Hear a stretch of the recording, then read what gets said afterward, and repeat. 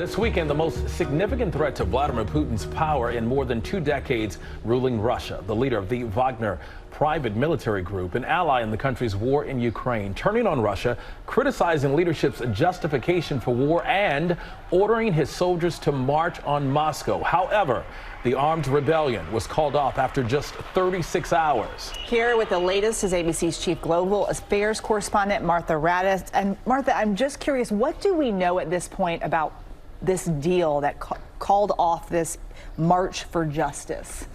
I think that's the most significant question, guys. And I keep going through my mind, what did he get from this? What did Prigozhin get by turning around and starting it in the first place? Obviously, he had criticized Russian military leadership, publicly criticized the defense minister and the commander of Russian forces there in Ukraine especially.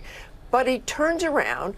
The Kremlin now says we won't prosecute you and we'll integrate your soldiers into the Russian military and you can live in exile. But that's not exactly a great deal. So I think the big question is, did he get concessions about getting rid of Russia's defense minister and the commanders of Russian forces or not? And I don't think we'll know that for a few days. Russia did post this morning videos of Sergei Shoigu, the defense minister, but apparently that video was taken several days ago before this mutiny. So this is really something to watch. And in fact, U.S. intelligence isn't sure. They do say, one senior official did tell me, they thought Prigozhin was very emotional during this process, and that perhaps he stopped because he thought he would really destroy Russia. Perhaps he stopped because he didn't really think he could take Moscow and would probably die. Or perhaps he stopped because he was in danger for his own life. All those questions still remain, and U.S. intelligence hasn't figured them out yet either. Martha, it is good to see you. What does this failed rebellion mean for the future of the Wagner group? I think that's also a big question. So many questions that we can't really give a definitive answer to. Will it continue? I mean, we have been told that the Wagner group, those soldiers who want to, can be integrated, can have positions in the Russian military. Will they want it? I don't know, because that was one of the complaints, that the Russian military didn't know what it was doing and its leadership was so bad. So I think we have to see what happens to the leadership first as to what happens to Wagner next. Now, maybe that is a concession. That group gets to continue. But I don't know how Prigozhin continues as its leader, given that he is now in Belarus. And no matter what Putin says about, hey, you know, we forgive you, no charges, or perhaps those charges will be leveled in the future, things have changed. Vladimir Putin was threatened, and Vladimir Putin does not forget.